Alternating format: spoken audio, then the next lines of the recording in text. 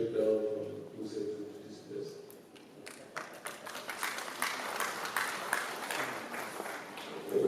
It's also very encouraging. I know the Minister of the FCT will also have joined us, and so I thought he was busy with his speech. And other ministers.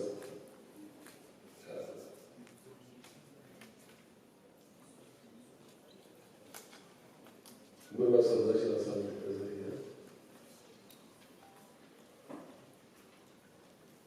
The Chief Executive of MPs.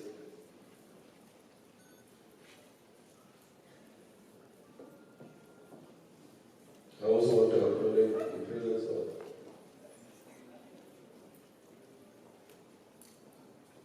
Professor Warren Senka. He has been very, very consistent with his support to the EFCC from the very beginning of the EFCC.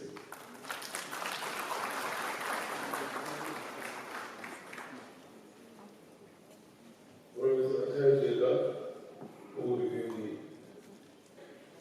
the book to be launched, Chairman of BACA, Professor Issakin, members of the board.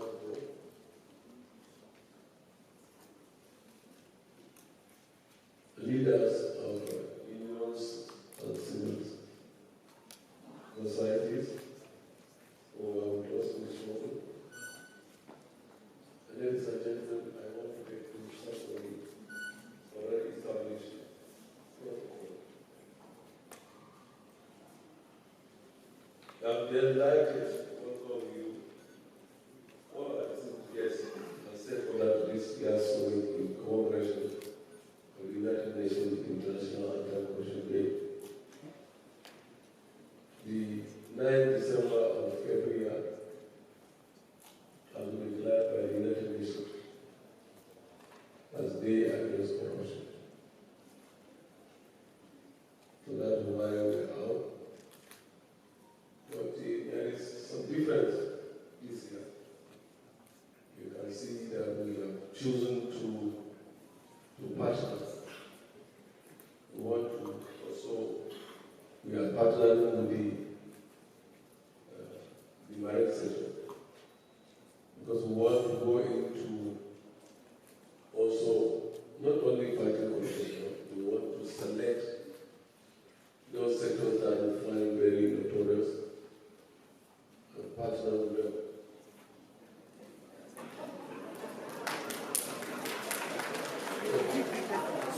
The chief executive when you come here, you will explain it because they are the ones who took pressure on us. Look, let us go for sectoral approach. Let's start with us. Next, we are going to go with the health sector, where there is a lot of problems in the hospital, with the doctors, in the health sector, who also go to the sports sector. That approach of sectoral will maybe change the direction. So you should not be surprised that we are not partnering with everybody in the fight against corruption. I kept saying that the most effective strategy in fighting corruption is to involve everybody. Let everybody feel that corruption is wrong. So that you know that wherever you are, you can, everybody can become an EFCC. Then it's no longer safe for you to steal public funds. It is instructive to say here that corruption has led to a multidimensional crisis across the globe. It has put families on deprivation, poverty, and has exposed individuals to unexpected insecurities, leading to frustration and sufferings. As a commission, we are fully aware of these debilitating issues, which is why we are unrelenting in our determination to kill corruption in Nigeria. Those who doubt our resolve will sooner come to terms with the fact that the EFCC will never give up the fight against corruption. We will never give up people with corruption fighting back and all doubting challenges.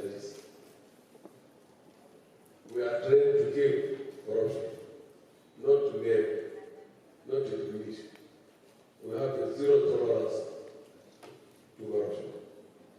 Our determination, therefore, and faith in what we do was aptly demonstrated last week when, after 12 years of legal technicalities that took us to the Supreme Court and back severally, the long-populated trial of former agaisnt Governor Senator UUC was brought to closure, to an end, with his conviction and sentenced to 12 years in prison without a portion of fine.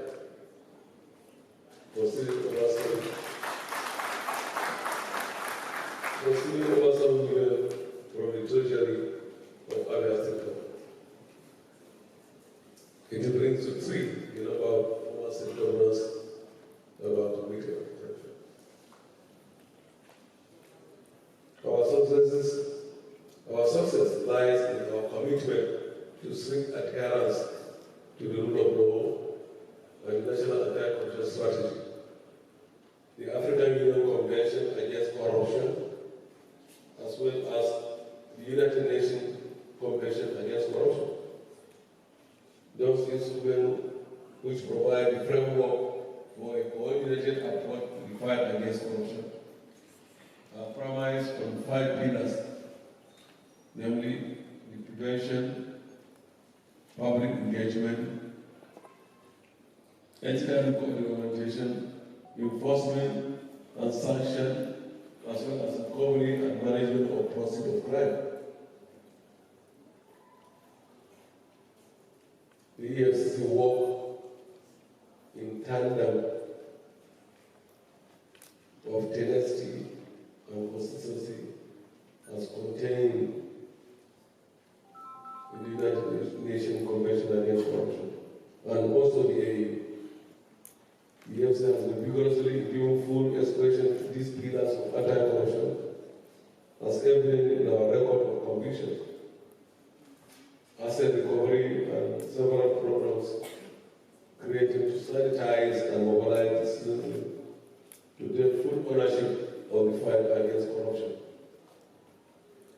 As we mark the United Nations International Anti-Corruption Day, it is important to remind ourselves of some challenges we need to tackle together, not only in the maritime and transport sector, but in all our national and international engagements.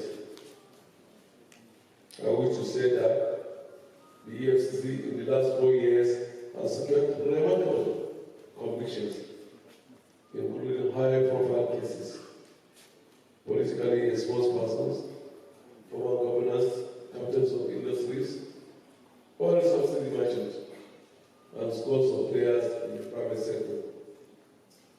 The former ministry chief and civil servant have also been convicted, as well as many illegal oil brokers in Nigeria. For the record, we secured the following conviction. Your Excellency, ladies and gentlemen, from January 2019 to November 18, 2019, we are still counting the year is yet to end. We have recorded 1,070 convictions.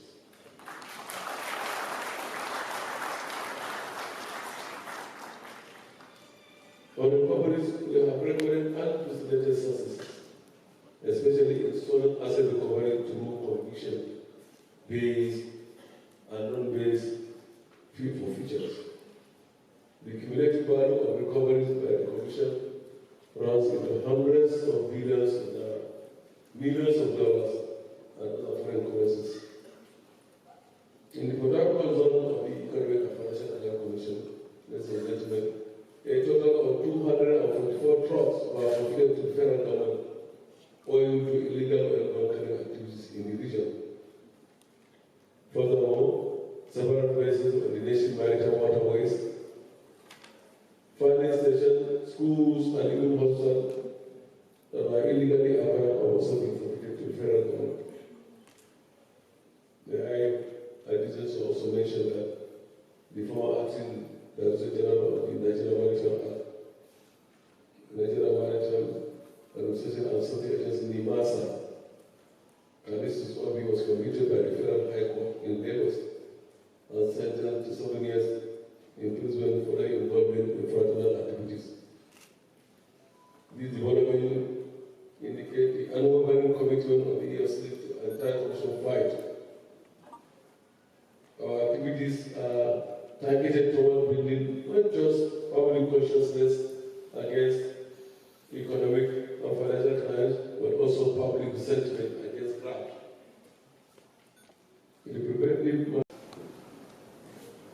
Fighting corruption as one of the focal points of President Muhammad Buhari's administration requires commitment and diligence of every Nigerian. The gains are already manifesting in the public sensitivity against brazen display of wealth and withdrawal from infamous acts and appearances of corruption. Your Excellency, ladies and gentlemen, there is no gainsaying the fact that we still have a long journey to make in ridding our nation of corruption and fraud. However, the structures are already laid and the future is bright for the teeming foot soldiers of anti-corruption. At this juncture, I want to sincerely appreciate the unbroken resolve of Mr. President, and we shall not fail by the grace of God. Ladies and gentlemen, I also want to acknowledge the contribution of every Nigerian in the fight against corruption. And like I used to say, we have to give our today for better tomorrow, so that the next Nigerians, the next generation of Nigeria will have a better Nigeria. Sometimes I feel that it is our duty, because our generation brought in the situation now. We are caused of the situation on hand. So let's put hands together so that we can clear the mess, so that these children will have a better Nigeria. The prospects are compelling and greater than whatever risk we are facing now. We firmly believe that with the common resolve to make corruption an enemy of everybody, we will all win this war against corruption together. Ladies and gentlemen, thank you very much for listening. States great lofty heights attained to build a nation where peace and justice shall reign. And yes, the number one killer man against corruption has spoken. He said it himself, we are trained at the efcc, not just to stop it, but to kill corruption. And we are committed. So clearly, the commitment, diligence, and public sensitivity that has been outlined in our acting chairman's welcome address, Nigeria, and indeed in an expression of the 2019 UN Day Against Corruption, is committed. It's more than ethics, it's a decision, it's deliberate action, and it's the collaboration of the power stakeholders gathered in this room. Keep on today for a better tomorrow. We'd like to acknowledge here some more acknowledgements representing Asima Alhaji Sanusi Nigeria Ajia and the Honorable Bashir Sharif. Together we shall fight to success. We constitute corruption in Nigeria. Professor, thank you.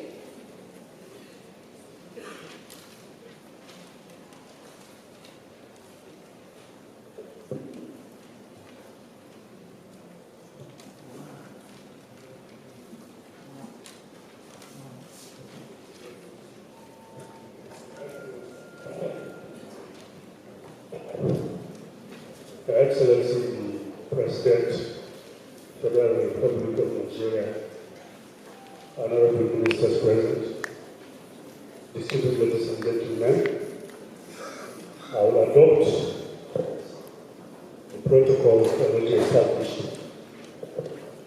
I thank the EFCC for this opportunity to give a very short synopsis of the fight against corruption in Nigeria.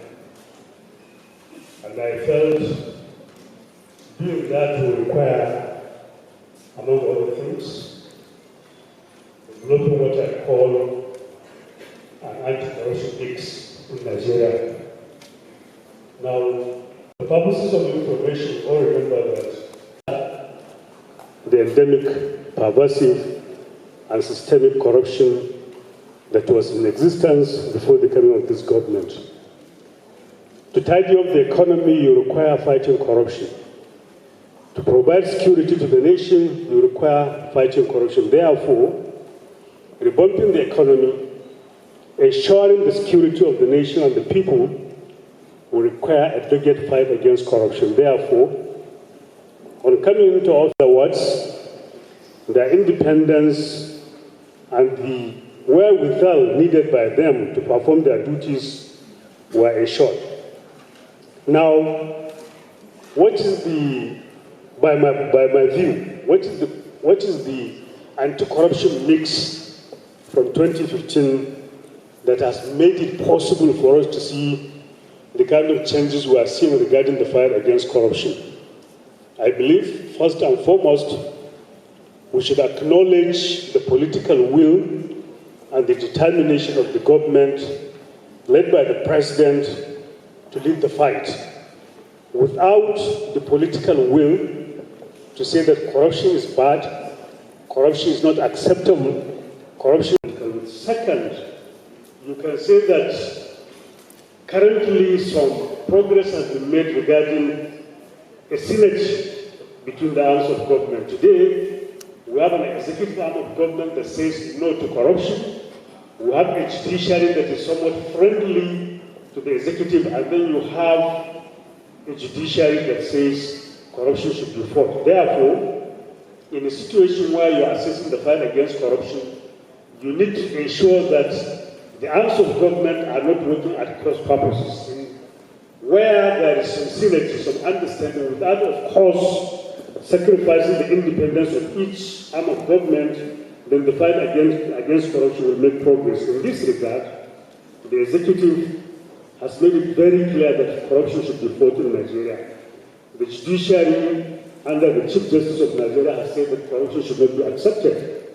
But then the legislature today is much more friendly to the fight against corruption, more amenable to the fight against corruption than the previous National Assembly. The previous National Assembly, if anything, was a cesspool of corruption. Therefore, it was not in any way supportive to the fight against corruption. So you can say that more milestones are likely to be recorded in Nigeria so long as we have this synergy between the executive, judiciary, and the legislature. Now, in addition to all this, you can say that the anti-corruption agencies are more vibrant than before. Their duties have become even more visible than they were in the past. Prior to the coming of this government, the efcc corruption jam remits money. Today, Nigeria Post Authority is a better place than what it used to be. Today, the FRS is a better place than what it used to be, etc., etc. Therefore, the MDAs are better performing today. Now, going forward, I said, assessing the fight against corruption in Nigeria will require us to look at the national anti-corruption strategy, because the strategy is supposed to guide everyone that has a hand in fighting corruption. Now, the strategy is domiciled at the Ministry of Justice, and the Attorney General is driving the process. And as you can see, the anti-corruption agencies, the MDAs, are doing their bit to key into the fight against corruption, guided by the National Anti-Corruption Strategy. Now, in addition to that, there are other. These actions are intended to ensure that things are done with transparency and accountability within the MDAs. We have the accountants, apart from the accountant general, each MD is supposed to have an accountant, and these are checks and balances that should ensure that preventive approaches are deployed within time mismatch. Civil society organizations are much more independent than many other agencies that fight corruption. Therefore, their input has to be keyed into the fight against corruption more seriously within the country and outside. Again, I say, in assessing the fight against corruption 2015 to date, we need to assess the role of development partners. We have had support, like the chairman of efcc Nigeria and the United Arab Republic. More is coming, so you can say that the looters of Nigeria can be categorized into three. Those who have been convicted, recently somebody has been convicted, which can quite a number of them have been convicted. The chairman, efcc, has said we have recorded over 1,000 convictions. But there are others who have been tried. Minor is one of them, is undergoing trial. Quite a number of people have been tried. Then there are others who are on the run, and as they run, they will be pursued. So progress has been made, a lot of success has been recorded, and I can say that with the EFCC today, with the ICPC under Bolaji, and then with the efforts of NFIU, the looters will have no hiding place in the world. Because wherever they go, I can guarantee you, the EFCC, ICPC, NFIU, and many other anti-corruption agencies will pursue them and get them arrested and be brought back to Nigeria. Now, I also said in assessing the fight against corruption in Nigeria, we need to understand this issue of recoveries. A lot has been recovered. I read just yesterday that among those things required include even animals, wild animals, lions, snakes, then a lot of jewelry, properties, landed properties, shopping malls, houses, etc., etc. Now, these recoveries in terms of property are found within Nigeria and outside Nigeria. Currencies, including somebody who has jewelry of over $40 million, have been recovered. Constituency projects were planted from ICPC. Over 200 people have gone back to site. Security boards from the presidency, military, state security services, NIA, everything has to be unpacked. Therefore, security boards should also be demystified. And I further want to say that while assessing the fight against corruption in Nigeria, what are the, is it Uhuru, is it all success without problems? Therefore, there are problems. There are quite a number of problems. And I say that the slow pace of our judicial system is one of the fundamental problems militating against the fight against corruption in Nigeria. To be fair, it is not only in Nigeria that the judicial system is slow. It's all over the world, but ours is even much more slow. Therefore, with this renewed commitment by the judiciary to ensure that cases are, speeded up, then we are likely to see more convictions. Secondly, there is too much use of fault lines in Nigeria. Quite a number of people, once arrested, will say that it's because I don't belong to the ruling party, because I belong to X religion, because I'm so political from a certain part of the country, etc. Now, these fault lines are becoming a problem in Nigeria, despite the fact that when the person was guilty, he didn't consult the people whose sentiments he's trying to whip. But when getting arrested, the individual or group tried to whip up sentiments along fault lines. And we have always said that instead of whipping up sentiments and using fault lines, people should come up with defenses. Then there is a problem with traditional rulers. The other time we had a meeting, the ICPC has complained that many of the traditional rulers intervene on behalf of looters, and that is a big problem. So some people are suggesting that such traditional rulers should be part of the trial, because it's not in Nigeria that no traditional ruler, there is simply no traditional ruler in Nigeria that intervenes free of charge. They are always guided by the concept of reciprocity. They will intervene, but they get paid. Therefore, I feel intervention by anybody should be resisted by the anti-corruption agencies. People must learn to defend themselves, or they should be willing to address the consequences of their actions. EFCC said they don't have money, but others, they have enough money, they have enough resources, but you cannot say the same thing for, let's say, ICPC, Code of Conduct Bureau, NFIU, school, and many other. There is need for more funding of the anti-corruption agencies. This will shield them from undue influence. Now, what are the remedies? I said we need to continue to harness the political will of the president. Then we need more understanding between, the anti-corruption agencies. They should no longer, the way we are seeing them getting united, the unity should be enhanced, because they are serving the same society, the same country, the same government, and they are tackling the same problem. Therefore, working in silence will only deplete their energy and resources.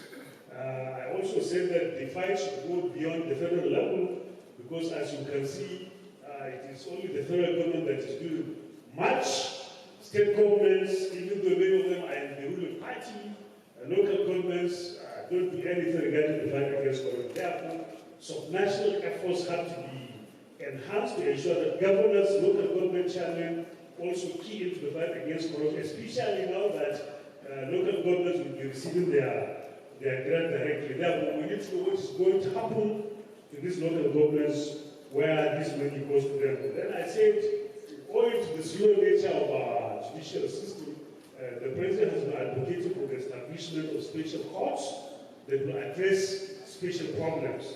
Drastic efforts are needed to tackle corruption. Therefore, if you have courts meant to tackle certain special problems like corruption, banditry, militancy, terrorism, they will just focus on them. Then you have determined judges and lawyers. Before you know it, everybody is cleared, either to jail or they are set free. I also said that law and Ministry of Justice have to develop some mechanisms of downplaying the fault lines we have in Nigeria. Because law has a strategy of sending messages from the national up to the world level. The Ministry of Information has a platform it can communicate. We need to do a lot to make the world and Nigerians understand that there is a difference between your religion, your tribe, your culture, your political party, and your character. If you use your character negatively, then you should be allowed to harvest the consequences of your action. Then I said traditional rulers should henceforth not be interfered in cases. Otherwise, they should be joined. And I also said that the international committee needs to help Nigeria, because one easy way of killing corruption is to ensure that looters don't benefit from the process of crime. Therefore, people who steal and take outside the country, there should be a means of recovery that is fairly easy, fairly friendly.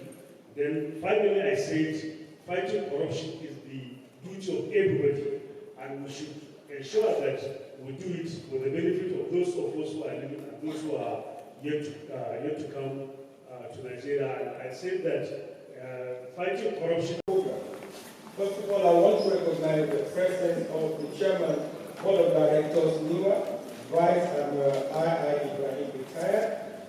And also, we have in our midst the Registrar CEO, CRFFN, Barrister Sam Watford.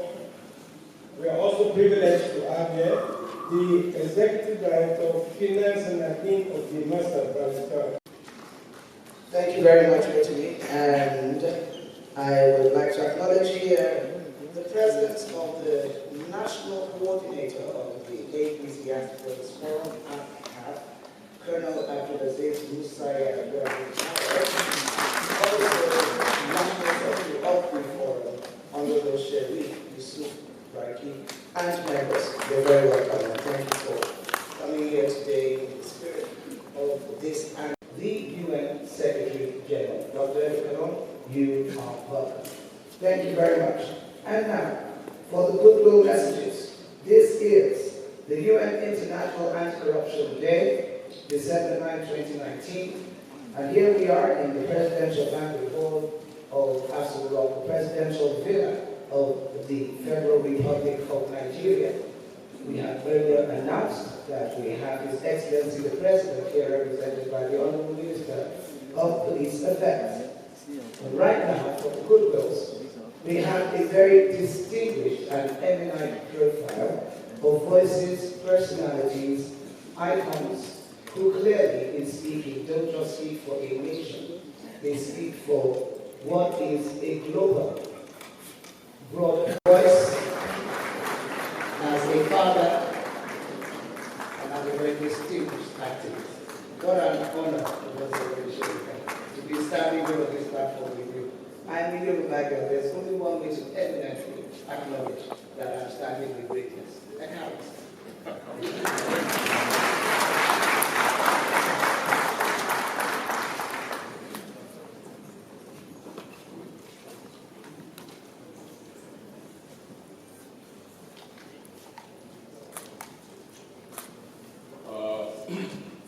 Chairman, I'm not very sure what are the protocols of this occasion, since I think many of some, at least of the distinguished guests overseas that I know about, unfortunately have been called away. And I know that even our host is not present, but we'll enjoy his hospitality in his absence. Anyway. And so I would say the chairman, the representative of the president, vice president. I wish to speak about basically about the imperative of an open society if we are serious about fighting corruption, and also the necessity to involve the younger generation. That latter comes to my mind very obviously because this happens to be the year of the child and also the 30th anniversary of the signing of the protocols of the rights of the child. And tomorrow also, I believe, is the Human Rights Day, Global Human Rights Day, UN, so designated. And so you have these three strands coming together on an occasion like this, which only appears on the surface in a very simplistic way to be directed at fighting corruption. But of course, it goes much deeper than that. I shall try and limit myself to very difficult because I was told I had 10 minutes. I've just seen the program and it seems I have only 5.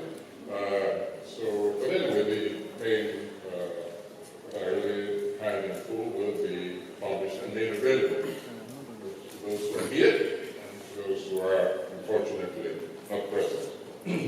Let me say first of all that I expect that the youth contingent of this entire undertaking is strong and is among us. And I fully expect that they participated, in fact, in the symbolic walk from the headquarters of the EFCC to this place. I once referred to my generation as the lost generation. And I remember that this provoked in a subsequent generation the expression, the statement, "Oh, Professor Frank, I don't know how lucky you are. You are merely," I refer to us as a wasted generation. And he said, "You're very lucky, you're just a wasted generation. My generation," he said, "is a lost generation." I don't know if either of us is correct or both. All I know is that we have on our hands a very anxious generation, and we have a responsibility towards them to involve them in events like this, since they are supposed to be handling the future on behalf of ourselves and history. In that connection, Mr. Madu, you have a case to answer. What's happened to the exhibition of the works of these young artists? The one on the theme of 1,000 Faces of Corruption, which you saw and which you invited to tour the country. We haven't heard from you ever since your people came and bothered us and worked with my young collaborators. This was in the context of one of the arts festivals which I used to consult for in Lagos. And there was this youth section in which we used to set them themes basis of corruption. And events like that, I believe, are critical for any struggle and undertaking of this kind, especially as it offers adults a window on their world, enables the adult society to see how you see them, especially when it comes to events such as this. We have to constantly bear in mind that others see us rather differently than the way we see ourselves. And what better mirror of the adult world, in my view, than the vision of the child, is the overall theme of this exhibition took place. Those paintings are still there, and the essays. And Mr. Mahmoud, we don't collect them. I will auction them, and I'll give the money to one of the young organizations that sprang out of this experiment, this organization which were called the Corruption Busters, and which in fact was launched by the Vice President December 2017. So, work out that exhibition, as I said, I'll just auction it and give the money to this anti-corruption young group. Now, there is corruption, we all know, but we know that it involves numerous collateral forms of institutions and individual conduct, not as a constant factor, even when marginal. I beg your pardon, even when marginal, it has so many ramifications that affect almost the entirety of existence. For instance, in this country, we had a phenomenon of unsolved high-profile murders.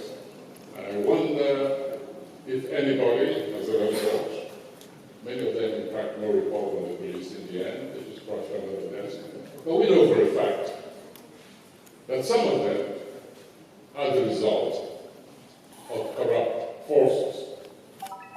Notorious example of former Attorney General and ministers. If we do not solve at least some of those murders, we'll never ever get to the heart, to the core, the hard core of corruption in this country. And this involves also attacks on the instruments, the authorized and constitutional agencies of open society, such as the judiciary. To what end are we here, after all? What are we really engaged upon here? Is it just to ensure that people do not steal, people marry here and there? It goes beyond that. It goes towards the whole sanitation of society. It goes beyond corruption, mere material corruption, to ensuring, as I said at the beginning, that there is a kind of decent atmosphere, decent air to breathe for the new generation. And sometimes this is couched in language which upsets powers, institutions. If I say, for instance, that this anti-corruption struggle is in itself an act of revolution, am I going to be thrown in jail right away because the word revolution frightens some people? And yet, go through history. Cuba, Soviet Union, China, Zimbabwe, wherever, anytime there is mention of revolution, one of the reasons cited is the commitment towards the eradication of corruption. So really, revolution, whether revolution now, or soon, or next, or in the future, is always tied up with what is really rotten within society, to which we give the general name of corruption. And this is not a mere generalized statement. If, for instance, during an upheaval, any kind of unrest in society, an agency commits itself towards securing our very existence and the quality of our existence, if that agency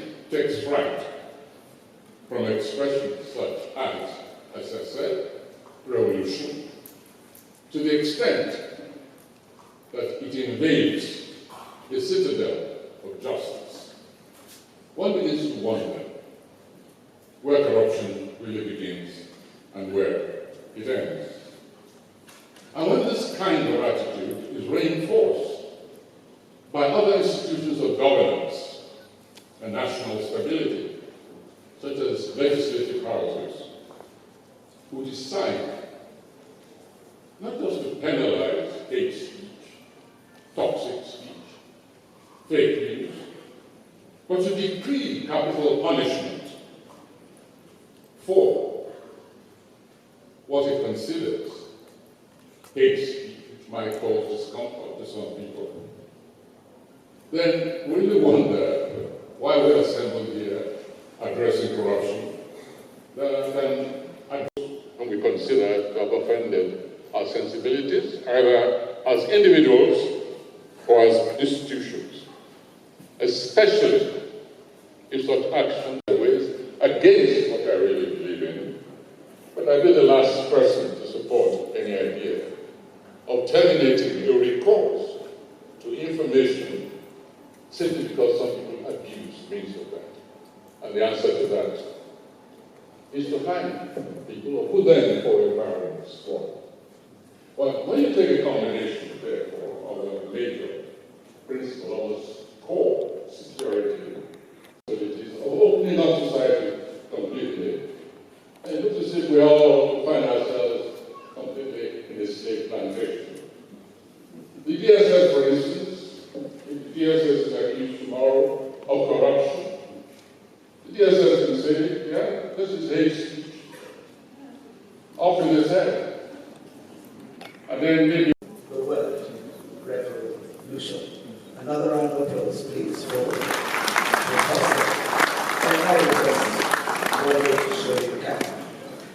Thank you very much, sir. Not just food for thought, but definitely clearly a plan, and one that we can select and choose how we want our flavors to make them, but most importantly, the presentation of our palate on our plates. The Director, Center for Democracy and Development, represented by Mr. Goodman, it's important to note that CDB Makada as key stakeholders to the anti-corruption work here in the Federal Republic of Nigeria and in partnership with our host, the efcc and the Ministry of Transport today. Now, and the voice for our youth at the level of federal executive intervention is none other than the Honorable Minister for Youth and Sport, Mr. Solidarity. I believe that it will not just be a goodwill, it shall be an effectual response. So which side are you on? Is it lost, wasted, how? Good morning, everyone. I think what should concern us is that something is still lost in between. And our overriding concern should be how do we restore that which is lost.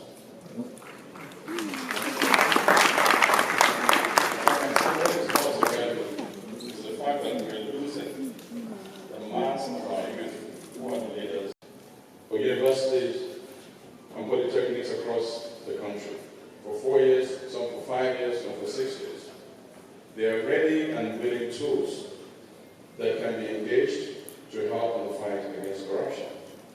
They can speak about corruption. They can create the needed awareness that we need. And because they're in every nook and cranny of our country, they can help being that voice to fight corruption. Prof, you talked about the corruption busters. A very noble idea.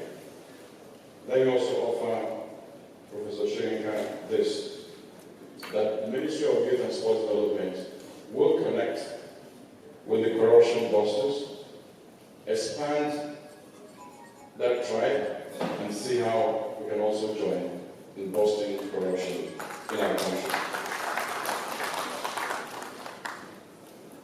Finally, because I never knew I was going to speak here today, I thought all I had to do was walk for 7.5 kilometers, go back home, grab a shower, put on my tie, and get on with my business on a Monday morning.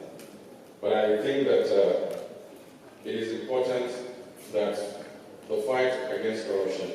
is cascaded. That is, it is not done at the sectoral level. This morning, we're looking at the maritime and transport sector. Well, of course, we have to do that within the ambit of the rule of law. And I hope this searchlight will go from the sports sector, or from the transport and maritime sector, to the sports sector, to the health sector, to the education sector, and all of the sectors. And I think if we do this, we will then create the necessary synergy that we need to fight corruption. Thank you very much. The response in clarity for what the action is.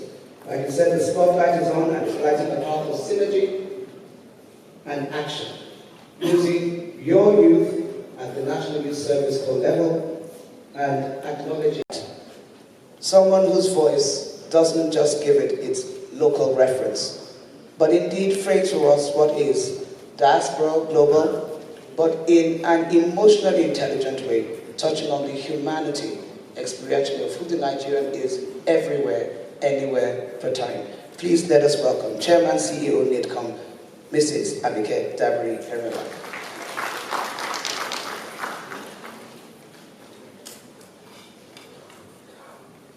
That, Prof is going to give a bombshell and he did as always.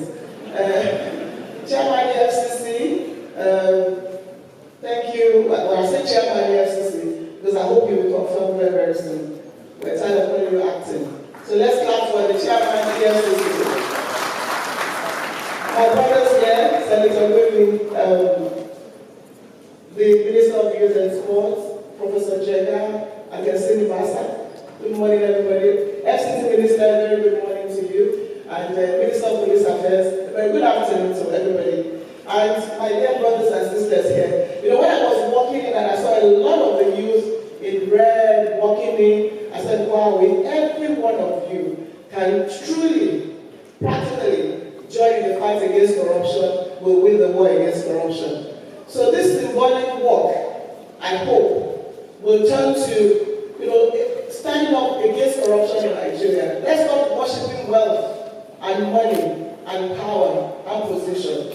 I think a lot of Nigerians do that. I was talking to somebody not too long ago, and it's like this fight against corruption. I bet let them do their thing so that when my brother or my uncle gets there, I can chop my own. I think that is a wrong attitude, which the one generation from the now generation needs to join in fighting. For us in the Diaspora Commission, we're working with the EFCC to also move to that sector. We're working with the Nigerian diaspora against corruption. Because everywhere we go and we talk to Nigerians, like, we also talk about China. Corruption in China, they'll kill you. And we're seeing the discipline there. So we're working with the EFCC.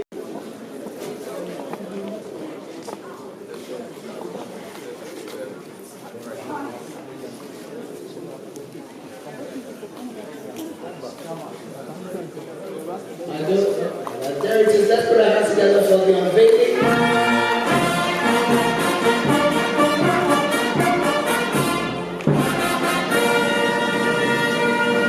This is the EFCC book, Curbing Electoral Spending. And then we have it, hot pepper red, real pepper red, EFCC red, and the mango flavor red. So, everything is inspired presentations.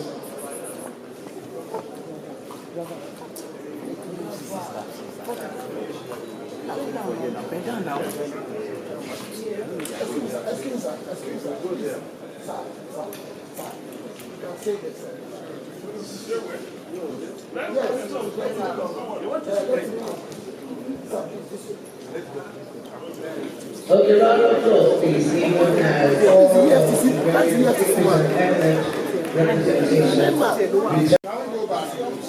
Let's go back now.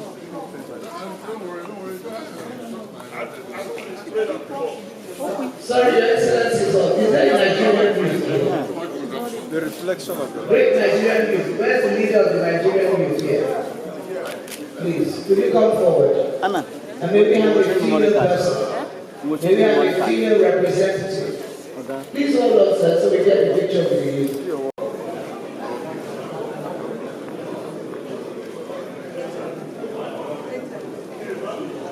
Please, and please. I'd like to respectfully ask that the youth are given frontline position. Thank you.